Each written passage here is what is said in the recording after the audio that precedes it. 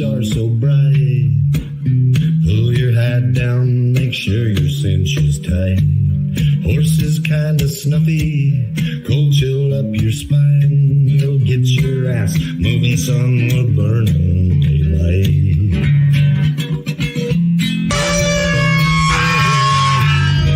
Howdy there, I'm Matt McKinley and we're burning daylight.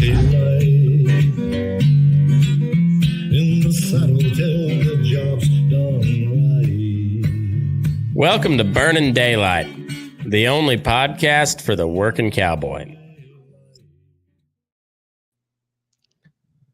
Well, welcome back, Daylight Burners. I've got a really interesting special guest today, Sarah Stoneberg-Holt. She is from Montana, and she wrote a paper on the almost eradication of the American bison herd in the late 1800s, and she's got a whole different take on how the buffalo kind of almost went extinct, and it's a lot more natural causes than or unintended causes of removing a predator from an ecosystem. And I read your piece a while back. We've been playing kind of been in email tag here for a while, trying to get this set up. But I was reading back through your paper last night so I could refresh myself a little bit. But it's you make a very compelling case. So anyway, if you would give a little info on a little background on who you are and why you wrote your paper, and then we'll get into your hypothesis. Well, hello. As you said, I'm Sierra Stoneberg-Holt. I'm up here in northeastern Montana, the flat, dry part of Montana, as some people refer to it. And I'm on a ranch that was established by my great-grandparents and my great-great-grandmother. So I'm approximately fifth generation here in this area, which gave me some advantages just in knowing the landscape from what I've observed through my lifetime, plus family stories, which is very helpful. But I also have a doctorate in botany. I did my undergraduate work here at Montana State University in Montana, but then I went to the Czech Republic to do my graduate work to get a little bit of a broader perspective there. So that's who I am. And the ranch itself is 50 miles of gravel from any highway, any schools, anything like that. So when the kids were little, what we ended up doing, rather than dragging them 2 hours into town and back for school, total of 4 hours a day, is I would homeschool and then work on the ranch, which gave me not a lot of time, but a lot of freedom to do some research. And so that's how I managed to, over many years, do some research into the bison question. Okay. That's very interesting. We homeschool our kids as well, but I lived up I guess it'd been southeast of Big Sandy for a couple of months, and that kind of cured me of Montana ranch work. I spent one winter, and that was plenty. It was that Highline country is really, really cold. It is. Yeah.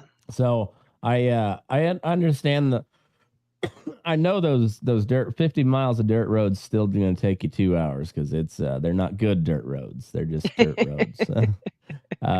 And a lot of Nevadas. I'm out in Nevada now, and a lot of it's like that. But I'm a little closer to civilization than you are. So I guess I've got that. It's a gift and a curse. It's all at the same time. But so that part of the world, that had been kind of like like the summer grazing grounds for the bison, and then like the summer hunting grounds for a lot of those northern plain tribes as well. Uh, yeah, I would think so. The one of the things that I think is important to realize about the bison is that, as far as I can tell, most of the major disruption had happened before there was any European uh, people to see it and to record it. So Mm-hmm. what we have recorded is already a majorly disrupted ecosystem, I think. That's the important thing that I found in my research. And so the problem is we don't know, Mm-hmm. because by the time Lewis and Clark, as Europeans, there's a tendency to think of Lewis and Clark as the starting point. You know, they recorded Mm-hmm. what had been here, but what they actually saw, as far as I can tell, it was a very disrupted ecosystem, a very new ecosystem, something that was in the process of being formed. And Mm-hmm. before that, there was something else, and I don't think we have a very solid idea of what it was.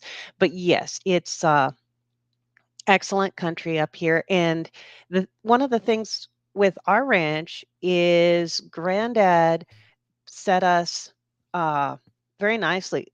With it's a very very small ranch, but our northern land is fairly flat and open, and our Mm-hmm. southern, just south of the house, is getting into the Missouri River breaks, and it's got a lot of uh,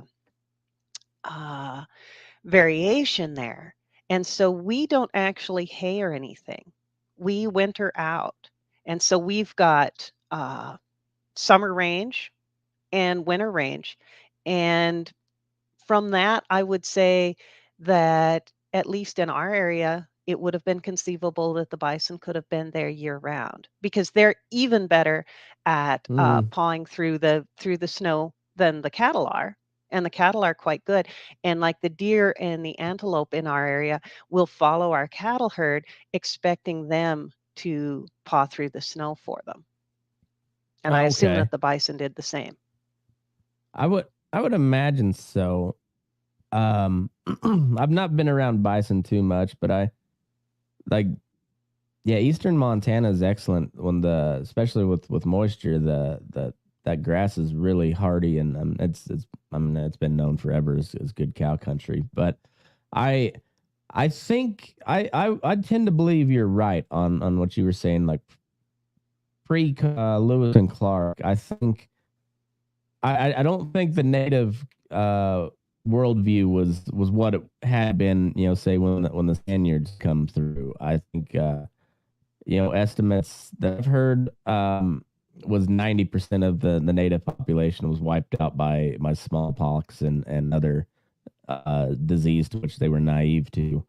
And that's, I mean, we had our global pandemic that supposedly killed about 2 million here in the United States, and I mean that's a like fraction of a percent of the country, as opposed to 9 out of every 10 Indians are just gone, and that's devastating. I mean, that's worse than the plague across Europe. I think was a third of Europe got wiped out by the plague, or was it 2/3? I'm not sure in Europe, but I would agree. What I have definitely also read where they were saying 9/10, and I think that was the upper boundary, but that Yeah. happened repeatedly. So there were Mm-hmm. plenty of places where they were losing 9/10, and if they weren't losing 9/10, they were probably losing at least 3/4. And it's something I've asked the kids to imagine. Our little Mm-hmm. town here, where I've got, now that they're a little older, they're going to high school and public school. It's roughly 100 people. And so I've Mm-hmm. I've asked them to imagine there were only 10 people left in town. Which 10 would they be? One of the third graders, and one of the grandparents, and just to think about how that would completely devastate a small tight knit group like that. Mm-hmm. So in my area, the area that I'm familiar with, one of those epidemics went through the Blackfeet, which were, I believe, our major group that was working here in Mm-hmm. 1780. And that's about 25 years before Lewis and Clark came through. And we don't know how many of them died, but it was probably, in the vicinity of that 9/10. And so, yeah, what Lewis and Clark saw had already been destroyed, because the Spaniards brought the smallpox and the other Mm-hmm. diseases in the South, but there were so many trading routes through this Yeah. area. And so that was how our people way up here ended up getting it and getting that. It came in with the traders. Mm-hmm. There was a Yeah. luxury trading route along the uh, Rocky Mountains. I believe it was on foot, and that's where you would get, your parrot feathers and the fancy stuff. Mm-hmm. And then the bulk trading route, of course, was on the river, because that was the logical place to carry, the dried bison meat and that sort of thing. Mm-hmm. And so that was the Missouri River ran into the Rockies, which led down to the Santa Fe Trail, and yeah, there's like that. It was a small world even back then. It was a Yeah, lot harder to get anywhere, yeah, and I that makes sense to me when you see the reports of these massive buffalo herds. I mean, just thousands upon thousands, if not a million, that you hear from the settlers and the mountain men and the scouts pushing west, and and the story goes is that we starved out the Indians. We killed their buffalo herds to starve them out, which is partially true.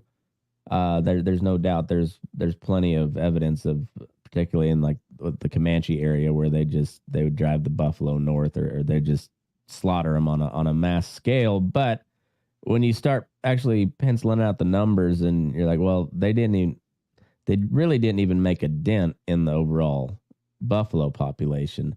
And it's very similar to the cattle population in Texas during World War, or during the Civil War, where the cattle population exploded because there was nobody culling the herd. There was very little of taking them to market. It was just these cow herds just ran wild for 4 years, and that was just 4 years, and it created a beef boom, uh, which what led. I'm in the middle of researching the history of the meatpacking industry right now, so it all kind of ties in together. Um, and but if you imagine, say you had 30 braves on foot before the Spaniards, you know, pushing buffalo over a cliff into a box canyon or whatever, and however they hunted at the time, and now they're down to 3 people trying to do that same job. That's yeah. You can see how those buffalo herds can just multiply rapidly without whereas before maybe they were killing 200 animals, and now they're lucky to get one. I absolutely. I agree absolutely. And you're right with it's a nice parallel with the cattle herds after the Civil War. Like you said, that's just 4 years. The bison had 25 years roughly, Mm-hmm. at least in my area. And I researched my area because I'm familiar with it. I know what to expect. I know what's normal now. So I was able to see when Lewis and Clark recorded things that were abnormal, and they did, Mm-hmm. in terms of damaged vegetation, damaged water cycles, things like that. And I'm just assuming that that happened in other areas at different time periods with similar results. But with those 25 years, there's definitely the opportunity for the population explosion without predation. And as any range manager knows, it's not necessarily just about numbers. It's about the management and keeping the herds Mm-hmm. moving properly. And so when you let that happen, when you let the management break down, either in the cattle after the Civil War or in the bison, and you stop controlling the numbers, but you also stop controlling how they're moving, then you cause so much damage that you stop being able to support the numbers you were able to support before. So even if you Mm-hmm. have an area that can, let's say, support, 20 million bison, and you have it supporting 20 million bison because you're managing them and, keeping the numbers where they need to be, you're keeping them moving the way they need to be moving. Then if you just all of a sudden 90% of you die and you're gone and you're not doing what needs to be done anymore. One, you'll get that immediate population explosion that always happens I think, when you take the predation away, you get the population explosion. But the resulting damage means that you're not going to be able to support that 20 million anymore. You're only going to be Mm-hmm. able to support a fraction of that, but you'll have even more, and it just creates a spiral. And it's my belief that that was absolutely devastating to the bison. They lost on so many levels. Yeah, they really did, and uh, it's funny how like when you kind of map out the series of events, you had the Spaniards introduced smallpox in the South. You probably had the French and the English uh they introduced smallpox in the northern part of the United Hmm. States. And I don't remember what the estimates on the populations of the natives, but it was a thriving population of people here in the Yeah. United States. And we as in today's day and age, we think, you see the reservations, and you see like you think of small pockets of Indian populations, which is what it came down to. But Right. there was millions upon millions of natives living in the U.S. And I don't think necessarily living at harmony with nature at all times. They'll go. I think there was a lot of warfare, and they were just they're people like everybody else. But there was a whole bunch of them here. And then when we finally get to like the western extension of the United States, there really is only pockets of them left, and they're just a shell of what they once were. And then when you get this up in traffic of not just people but cattle and all sorts of other animals, you get the Texas fever tick that moves. You have whole laws wrote, like Kansas said, you Texas cattle aren't allowed here anymore, and they had to turn west and drive before they could drive cattle north, because Kansas said, well, we don't want any of your damn disease in here. Yeah. And I'm not familiar as much with the anthrax deal in the Nebraskas, but the Texas fever thing was pretty devastating at the time. Absolutely. Yeah. Texas fever is really a problem. And the fascinating thing about it is that the idea that, well, it like the smallpox, you're looking at about 81% are going to be Mm-hmm. killed. But those that survive, assume they're emaciated. So assuming that they don't just, you know, fall off a cliff or something, those that survive then have an immunity to the tick. And so they're able to carry the tick, they're able to stay healthy, they're able to raise calves. And so then you have this herd of carriers. But if you get them away from the tick, and I don't remember the period of time, but they lose that immunity, and then the Mm. process starts over again. And so that's why the Texas cattle that were coming up from the south, where the tick is endemic, and I haven't seen any evidence that it was, somehow European or something. It's just endemic down south, as far as Mhm. I was able to find out. So they had contact with the tick, and they would bring the tick with them, and they would be immune. Anything that hadn't, like Goodnight's cattle, which Mhm. probably brought the tick to the bison and wiped out the bison where Goodnight settled. And then his cattle lost their immunity as soon as the Texas cattle came up in, Mhm. 3 years later or 10 years later, however long it was. Then they started wiping out his cattle. And so Yeah. that I suspect possibly the Southern Railroad played a part in that, because that would have fragmented the where they were traveling, and Mhm. fragmented those herds, so that herds that potentially had been keeping contact with the tick and keeping an immunity would have been uh, severed from the tick for a period of time, and that's all it took to wipe them out. And Yeah. Kotsky found really good evidence that the northern herd, it was a matter, it was, and it was, I don't, I want to say innocent. Um, the Blackfeet had been promised a shipment of cattle as part of the treaty. And I don't know Mhm. how many times, if you read the history of that, that they were not given things that they Yeah. had been promised. But in that particular case, the herd of cattle was delivered as promised. And the suspicion is that somewhere in there was the tick. And Mm. that got into the northern herd, and that was then the end of the northern herd when they disappeared in 1883, from almost from 1 month to the next. Yeah. The herd just disappeared.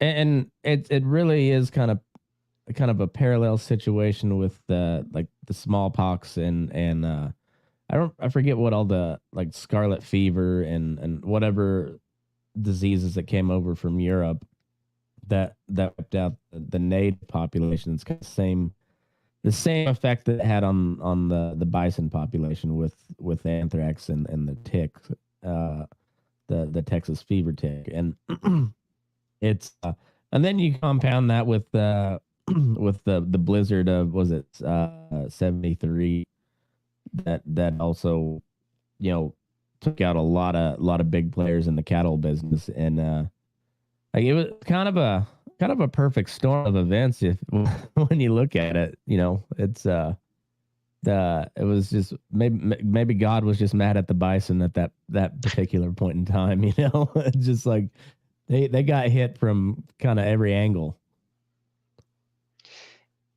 Absolutely. Absolutely. And well, what one of the major theses in my paper, and the thing that I would say is truly original to me that I haven't seen uh, somewhere else, is the idea that uh, that the original Americans were actual livestock managers and were important there. And that just makes all kinds of sense to me, because they had, over 10,000 years. That's a long period of time. That a modern human brain, um they weren't busy playing on their computers or anything. So they had a lot of opportunity to observe, to try Mm-hmm. things, to change if it wasn't working.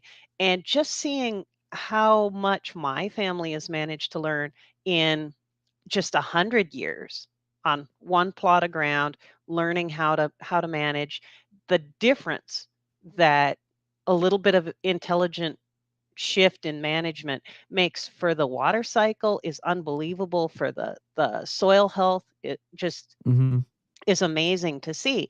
And so from my point of view, I see these people with this opportunity, with 10,000 years to see what works, see what doesn't work. And the bison were so important to them. So they were always observing, thinking. And when you develop that level of human management and human interaction, right? If the bison had been alone for 10,000 years, it's completely conceivable to me that they would have developed their own uh, reasonable way of behave a good stable ecosystem. But they didn't have to. They had the humans to depend on, the humans to keep them moving where they needed to move, the humans to cull the herds the way they needed to be culled. And so to my mind, the bison were, they were kind of helpless without their people. Yeah. That makes sense to me. I mean, going back to the Civil War era Texas, where all the fighting age men were back east. Usually, I mean, there was very little fighting done in Texas on the Civil War front. There was a lot of skirmishes between the Mexicans and the Comanche mostly, but by and large, all the men went back east and fought on the front lines, and they left the women to take care of the and the herds, and more often than not, the herds didn't take care of, and it was So whether it be somebody with a band of with 50 head of cattle just for their own personal use, they'd maybe sell one or two here or there, but where you're not culling that calf crop every year. It's and they suck. There wasn't a lot of fences back then either, so it was when you have a pretty intensive management system to no management at all, that leads to skyrocketing population, but then all sorts of other problems that come along with it, and it's partially why you'd think a very small sliver of the Indian population was able to thrive because with new technology plus an abundance of food supply. I mean, it's not an easy food supply to get to, but now with the introduction of horses, and we see particularly with the Comanche how adept they were at raising horses as well. They were excellent horsemen, but they were also stewards of the horse too. They were very, very similar to like the Mongolian and the steppe. I mean, they were steppe people is essentially what they were, and they were very adept at breeding and animal husbandry as well. So to think that doesn't translate to the bison herd, as I think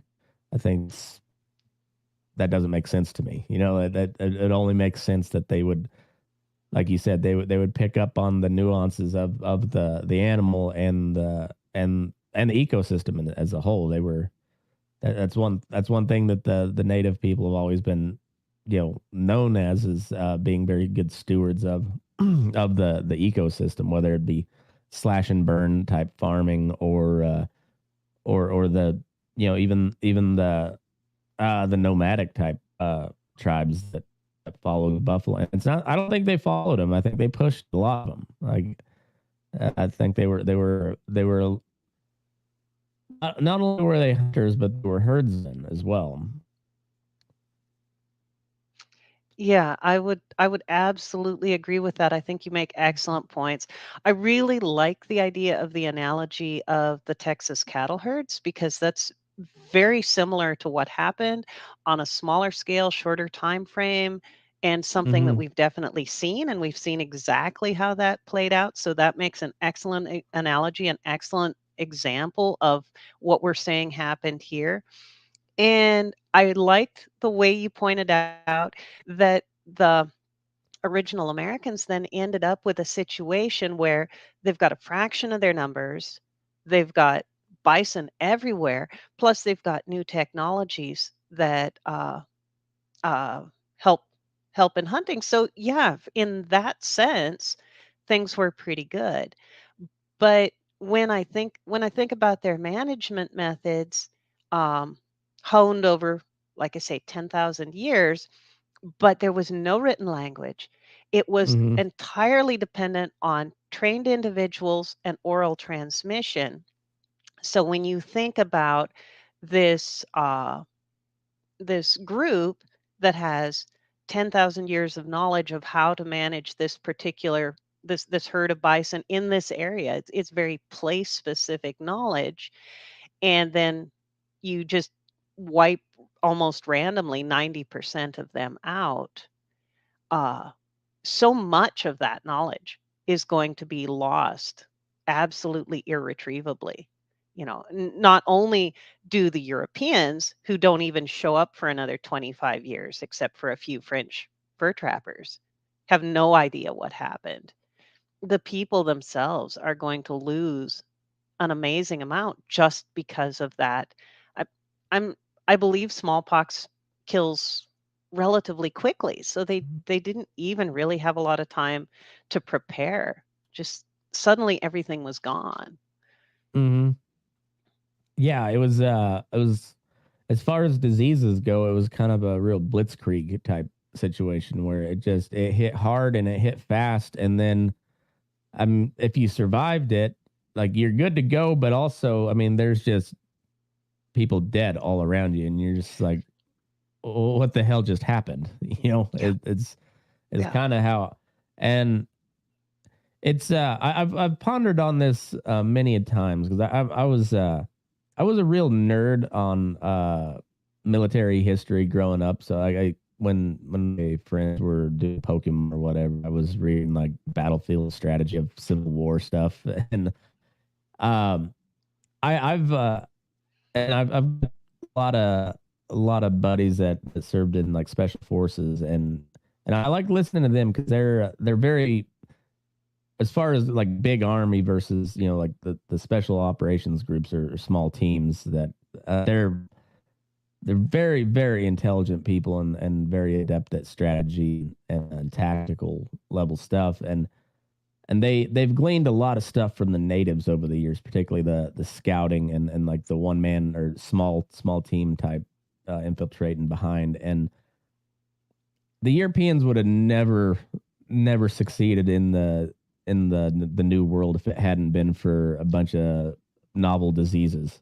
Yep. There's no way they could have beat the native population on their own soil at full strength. They're even with the huge disadvantage in technology that the native folks had, the sheer numbers and ability to move within their own ecosystem would have that it would have been a bloodbath that had they tried to conquer the Europeans tried to conquer the new world at versus the full strength native population. Not a chance. And I absolutely agree with that. I think that's absolutely true. I don't know if you've ever looked into Cahokia at all, but that was an absolutely enormous city for the time period, about roughly 1,000 years ago, I think. Maybe huh, about where I'll have Kansas City is now, if I remember. And and the thing about cities is, right, they have to import food. You just yeah. can't. Uh, and so I believe that they were importing tremendous amount of food from from my area. That was one of the big things, was that they would, because the groups in my area, they were 60, 80 people, maybe 160, maybe, not very Mm-hmm. big. And uh, as far as we can tell, because so much of it's been destroyed, but historically, they were killing about 1,000 bison a year. Bison's Mm. big. You don't need 1,000 bison. Most of that was for export. And so when you Yeah, it had had to have times been. like Cahokia on the river, they would harvest it, they would dry it so that it was going to be transportable, and then they Mm-hmm. would send these enormous boatloads of food, just like we do today, on this same Yeah. area. We're still raising the calves and then shipping them out and feeding the East. And that's what Yeah. these people were doing here. And I mean, that's part of the reason why they were able to have, in my mind, such a successful ecosystem, right? Because they had a very tightly managed, um, and there was a lot of demand. Yeah. And they were also very shrewd in the trading department too, which Yeah, also makes sense. Pemmican was like the original granola bar, yeah, and it was before there was canned pork and salt pork and whatnot. There was pemmican and jerky, and they had found out through thousands of years of trial and error to how to I think they say pemmican's got somewhere around a 15-year shelf life. That it's the stuff lasts forever, and it's very nutrient dense, calorie dense food. So it's the perfect food for a nomadic tribe. It really Mhm. is. If you can't have the fresh food, the fresh meat after a kill, then you have pemmican, which is just dried dried bison and fat, rendered fat, and some fruit. But it's for a nomadic culture, it's the perfect on the go food, and it lasts forever, and it's portable.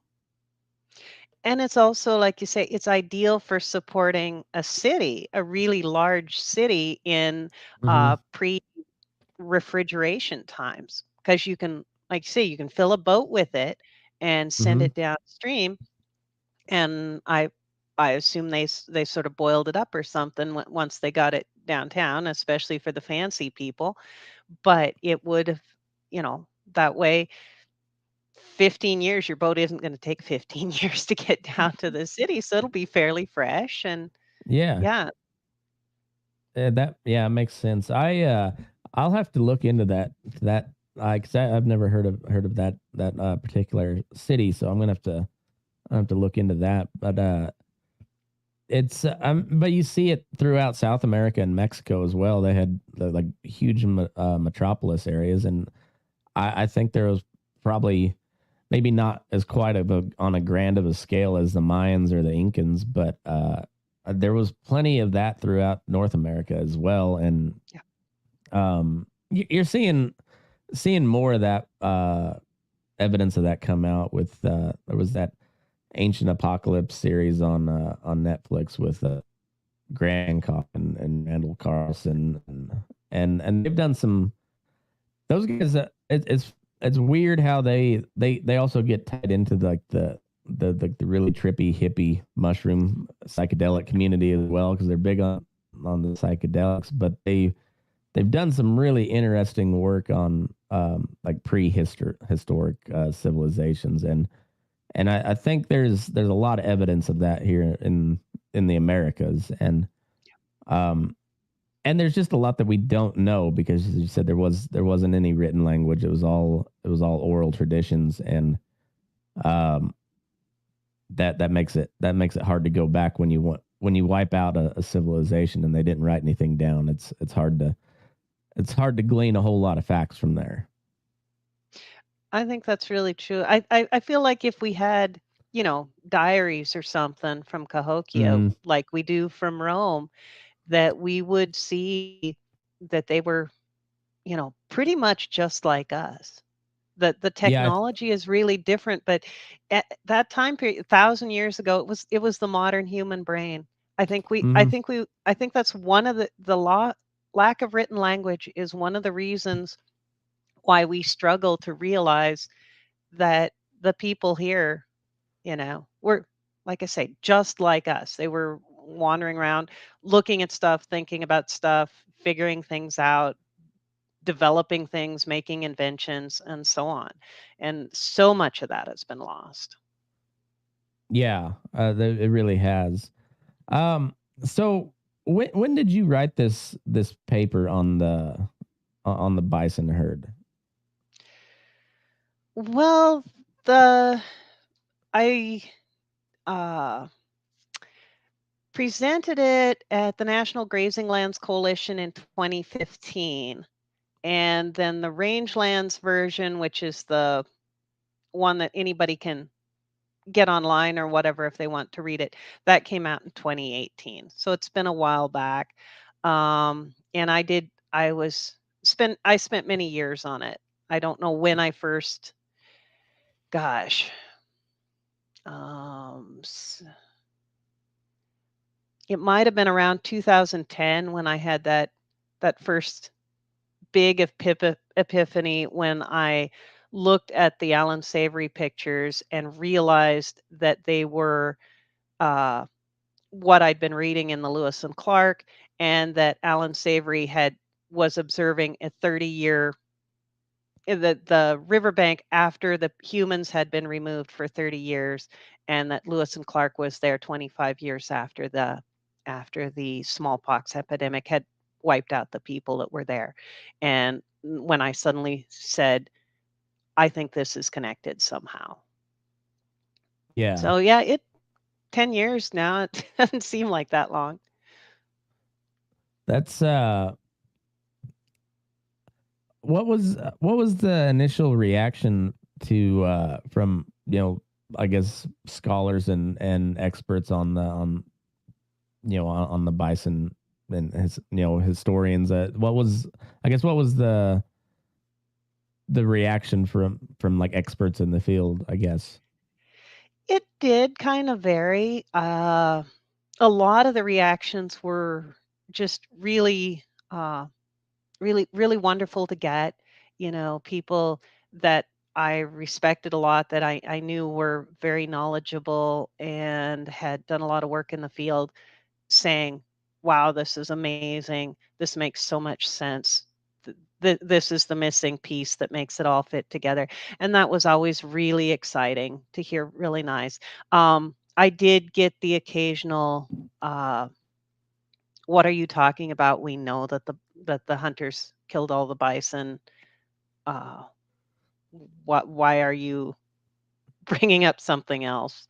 And that was disappointing to hear, especially when I'd look at the numbers and I'd say, there's no support for that position.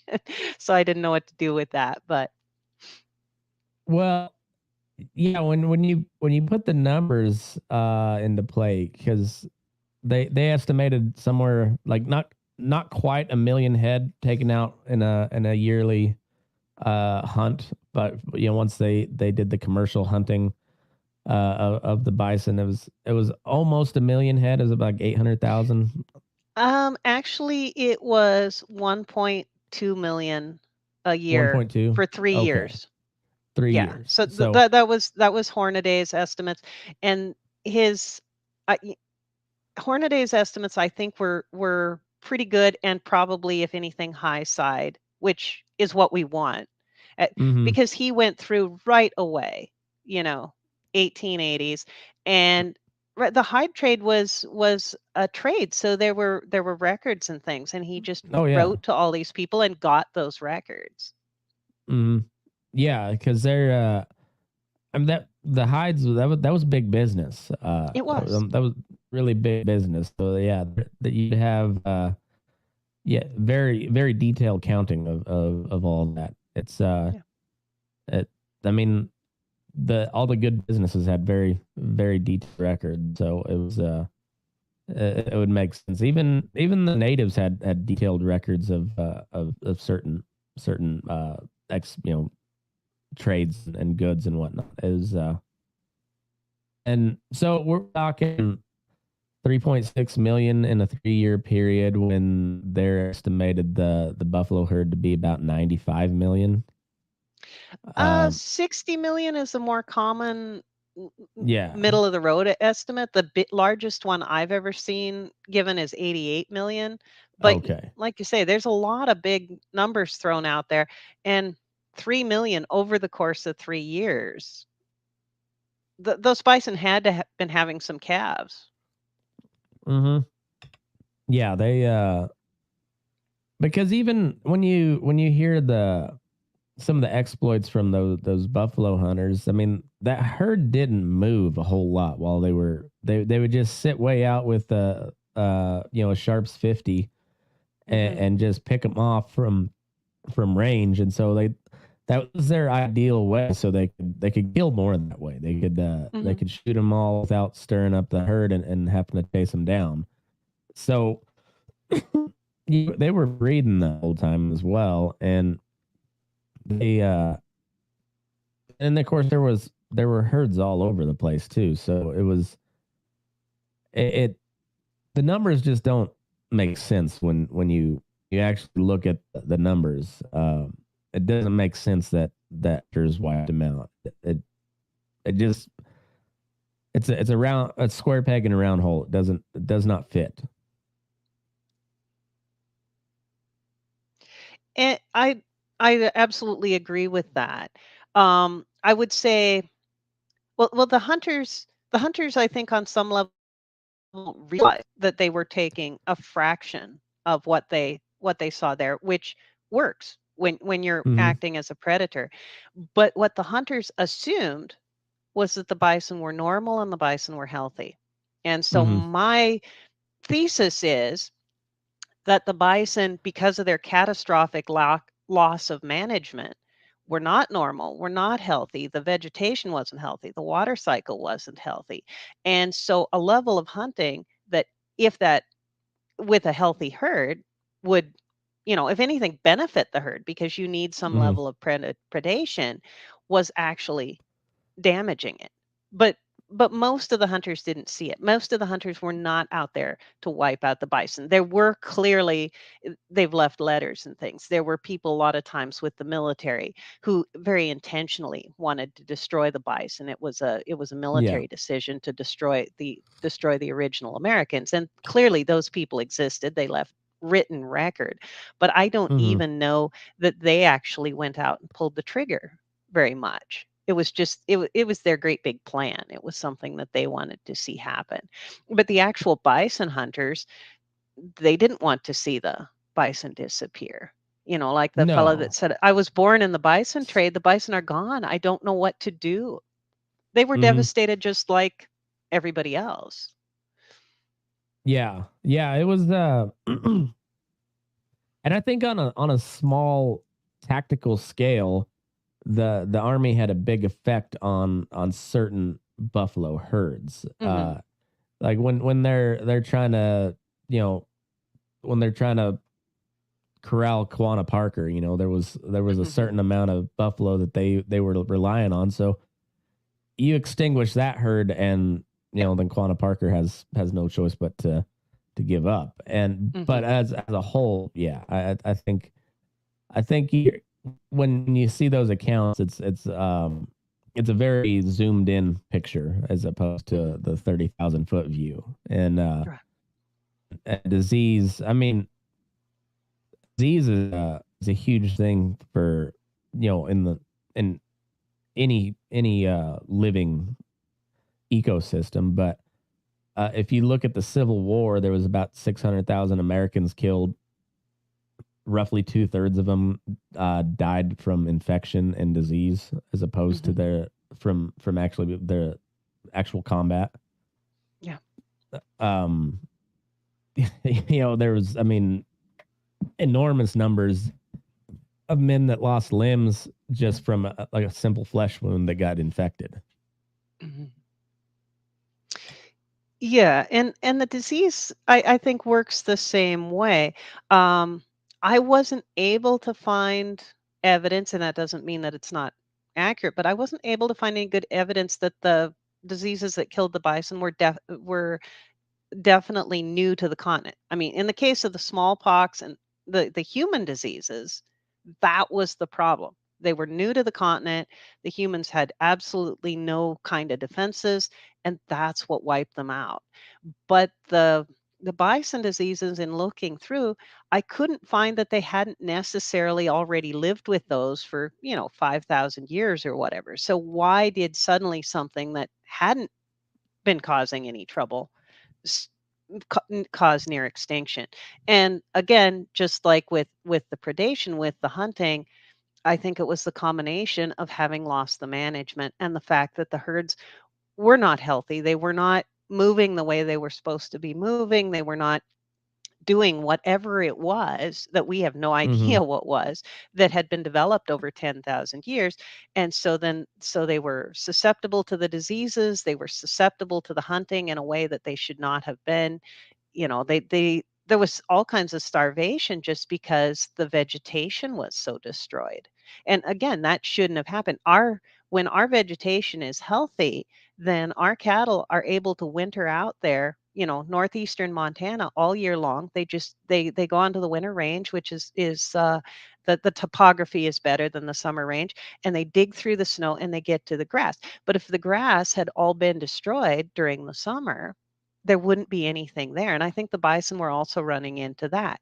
They'd go to the places where there should be grass for them to dig through to, and it would be gone because of the like I say, because of the loss of management, the loss of the intelligent human interaction. Yeah. No, that makes sense. And there's always like long term effects that people don't ever see. I mean, looking back at the COVID stuff, it turns out America's really fat and unhealthy. Like the vast majority of that of the COVID deaths were either elderly or just obesity played a huge part into that. And then to get into that, and they've been talking about the obesity epidemic forever, and a lot of it has to do with a sedentary lifestyle, and then the food supply is also a huge contributing factor. But sedentary lifestyle has played a huge part of the obesity crisis, and that's kind of, if you look back to the bison, where before they were managed and you know and grazed along a certain path, and now say they just stick up there in northern Montana where grass is good, and they have you have a wet year with plenty of grass, and then maybe they just don't migrate south, and they get fat and lazy and happy there, and then they're not in fighting shape when a disease hits. You know, their immune system's not what it should be. And we could definitely see that sort of thing in our area. When my great grandparents moved in here 100 years ago, there wasn't much management. When in the paper, I say that the people that were here, that my great grandparents and stuff, they were supplying predation to the herds, but they weren't supplying management. They were selling the calves and eating and things, but they weren't supplying a lot of management. And there was a lot of damage to the vegetation. The water cycle was really unhealthy. Stuff that my mother saw and told us about growing up. And then when my grandfather was running the ranch, then gradually he brought more fencing, more moving, more, intelligent management in. And then we started, my folks and myself, in 2000 2004, 5, somewhere in there, and started very intensively and very intentionally making sure that everything was moving and that the grass was getting the proper rest and things like that. Mm-hmm. And the difference is just absolutely amazing. We've got grass coming in areas that haven't had it since the 30s. We just believe that those soils didn't support grass. Well, it's not true. It's coming in. We've got hillsides that I don't I don't know how long they've been without grass. They've been kind of, we were under an ancient inland sea in the Pleistocene. And some of those areas, I don't think they ever got grass back, but they've got some grass moving in now, which is crazy when you think about it, the time periods. And the water cycle has just been unreal. We've gone from bare streams and flash floods to this a fairly dry area, but streams that will run for several months.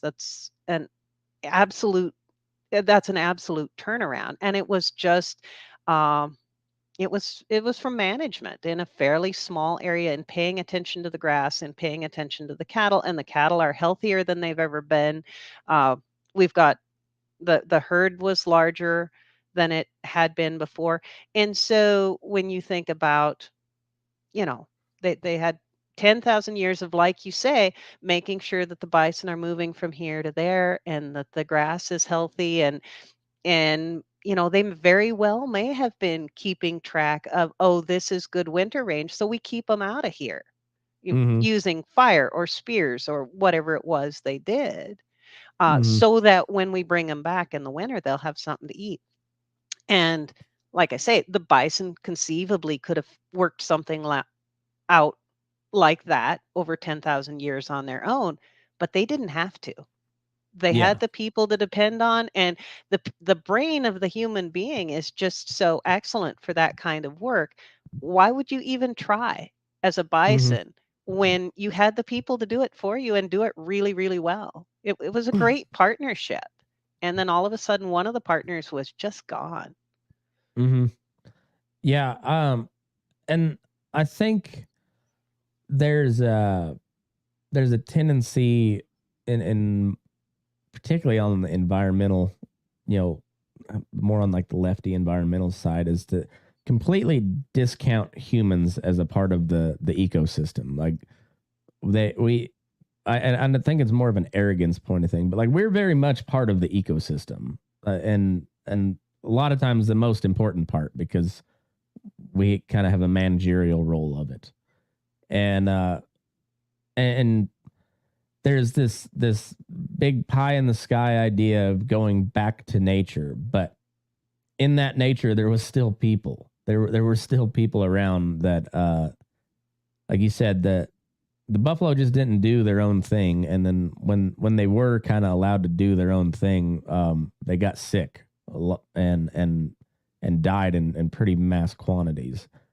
They it's a kind of a symbiotic relationship. Like even if you want to view the human as a parasite, which we kind of are, but it's part of the system, it's part of the cycle, and we play a huge part in that, and we always get discounted as a negative impact on an environment. But like I don't know, seems like we've done some pretty good stuff as humans as well. So it's there. I think that has to be factored more into the discussion around the, you know, the nature and the climate and the environment. Like you have to factor humans into it, because we're not really going anywhere. Alan Savory really emphasizes, and I like this, how important the behavior is. And Mm-hmm. he, of course, was talking about Africa and the elephant herds and things. But that one section of holistic management that kind of crystallized this whole idea for me. He was talking about that area where they decided to have a national park, and so they removed the people. And like you said, the people had been there since time immemorial, you know, Yeah. for really, really long period of time.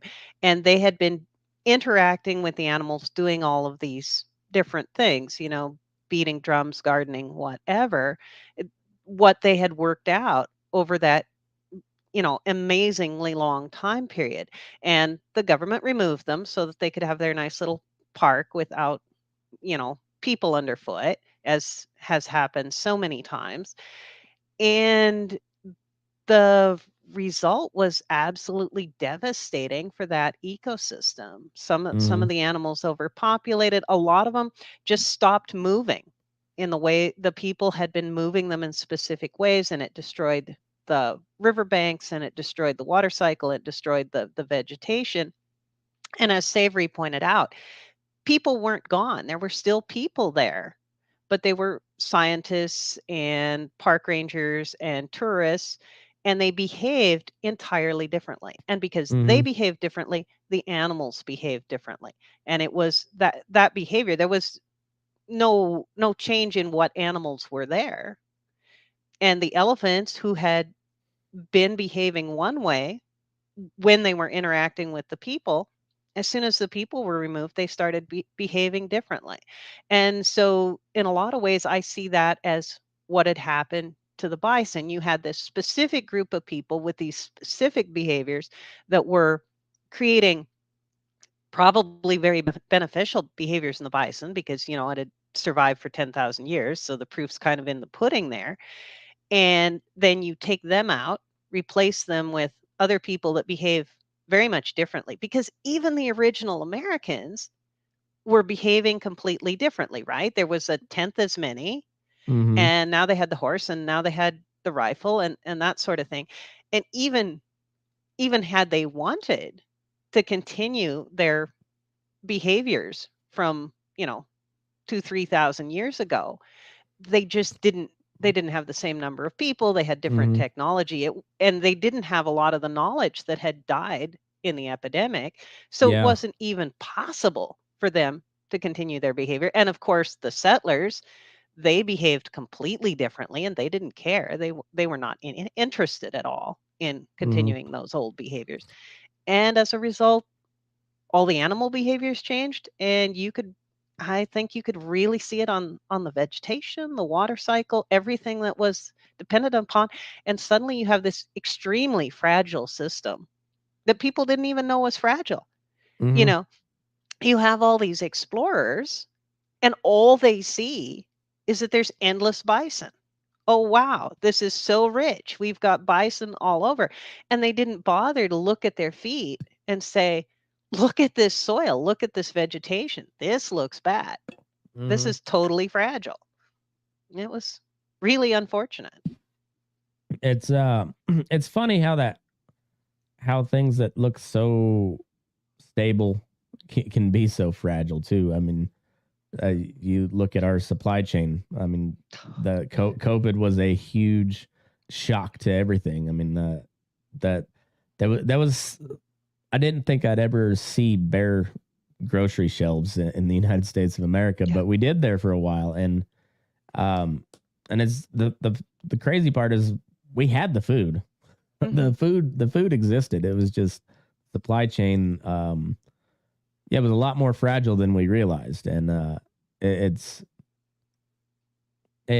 kind of funny how like one little element can throw a wrench into the whole ecosystem.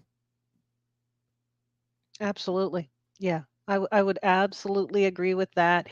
And like you say, if there's anything that humans are guilty of, and it might be specifically European abstraction humans, or maybe it's all humans, is this tendency to assume that what I see today is stable and sturdy, and it's going to be here tomorrow and next year. And yeah, it's not. That was part of the thing. They saw bison all over, and they said, "Well, there's always going to be bison all over." Yeah. Yeah, and then next thing you know, they're just almost gone. Right.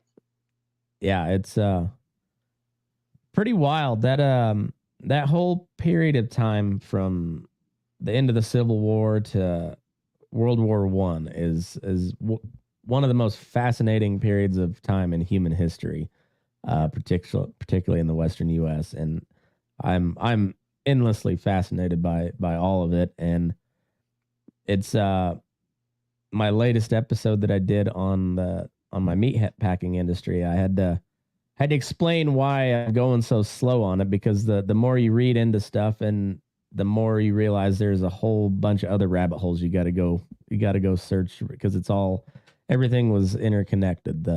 Whether it was the labor unrest, the monopolies, and but also just taking essentially a backwater swamp in Chicago and turning it into a major global power player as far as an economic standpoint goes, and that all was interlaced with the beef boom of Texas, the eradication of the native peoples, the railroads. You can't talk about the meatpacking industry if you don't talk about the railroads. You can't really talk about the Western United States without talking about the railroads, and it all feeds into the downfall of the bison population as well. And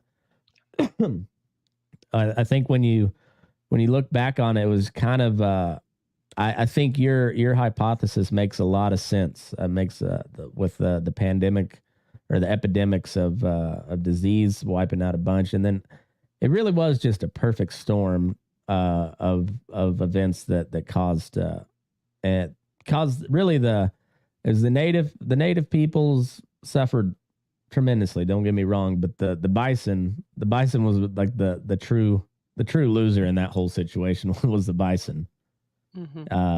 Their traditional grazing path gets cut in half by a railroad that they can't cross, and then their traditional managers are getting wiped out as well, and then the new humans moving in have no interest in them whatsoever, really.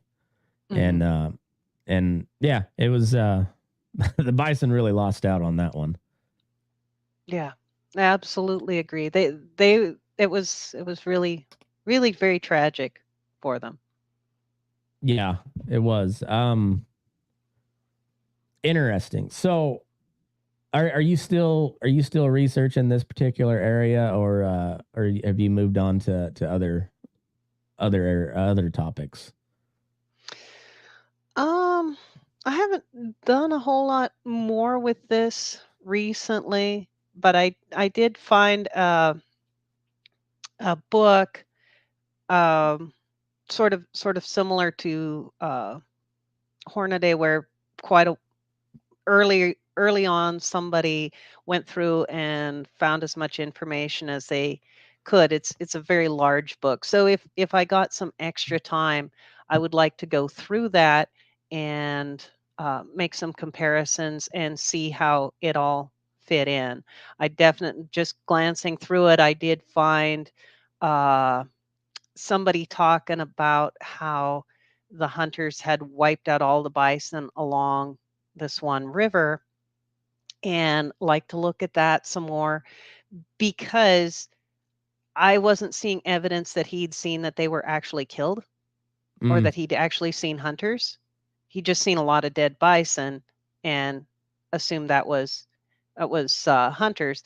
And I'm thinking that area might have been s- s- uh, a potential anthrax area, and anthrax mm, especially likes to spread in water holes and things like that.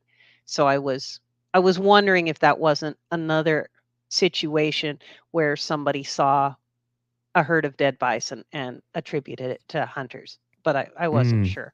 And so I was mm, I was thinking of going through that book with that kind of uh, viewpoint and seeing if there was more evidence there or not. mm. It's it seems like the Buffalo Hunter gets put in the same category as like Kit Carson, where they're writing dime novels about how he was 10 foot tall Hmm. and bulletproof and drank the blood of his enemies, when he was really about 5'4" and very soft spoken, and didn't particularly like to be around people a whole lot, Hmm. and was actually kind of embarrassed by the dime store novels that were wrote about him. But and I wonder if that was.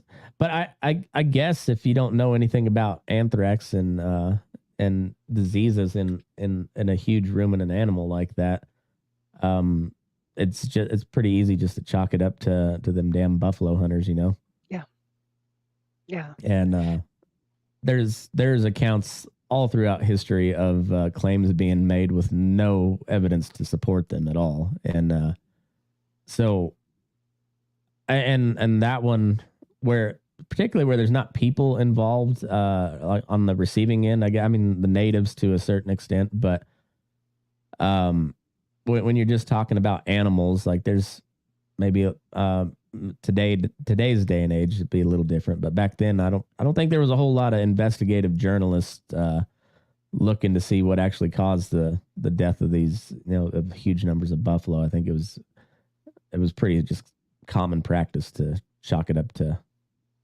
look at us humans, what we've done, and we played a part, but I think um well, as a rancher, anybody who works in agriculture, Mother Nature is she can be real petty at times, and there when she decides to do something, she's going to do it, and there's not much we can do to stop it. You can prepare all you can to withstand it, but that's about all you can do. Yeah. No, That's absolutely true. We're not as all powerful as we imagine we are. The no, world isn't as stable as we imagine, and we are not as all powerful as we imagine. I think that's a very wise statement. This has been a really good discussion. It's a fascinating topic, and I've got to go to a mutton busting here in a little bit, so we'll probably But I'd love to have you back on. I know you're pretty busy and you live out in the sticks, and I don't blame you. Like I said, I'm a little closer to society than you are nowadays, but that has its downfalls as well. But I'd love to have you back on and discuss this and more topics like it in the future. You seem very well read and very very well researched, and I'd like to pick your brain some more. Well, thank you very much. I appreciate it. It's been fun talking to you this morning, and I'd be happy to talk again sometime, I hope. You bet. Where I know I read your paper, but I can't remember where I found it at. Where do they find all of your stuff? Okay, it's a Society for Range Management publication called Rangelands, and it's free online. The name of it's Reinterpreting the 1882 Bison Population Collapse. So if they can find the Rangelands website, they should be able to just download it and read it. Perfect. PDF. I'll make sure and I'll find it, and I'll put a link in the description and the show notes, all that. And yeah, Sierra, thank you so much for your time, and it's been fun talking to you. Really interesting topic. Thank you very much. It's been fun. You bet. Thanks everybody for tuning in, and make sure you go read this paper. I think you'll find it interesting. For me and Sierra Stoneberg-Holt, move your ass. We're burning daylight.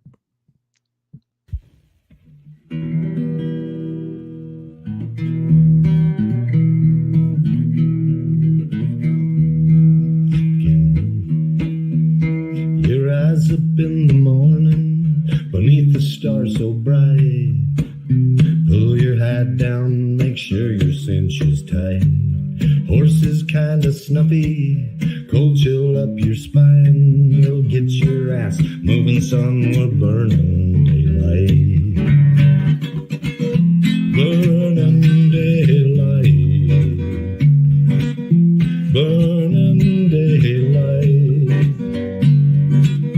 In the saddle till the job's done right.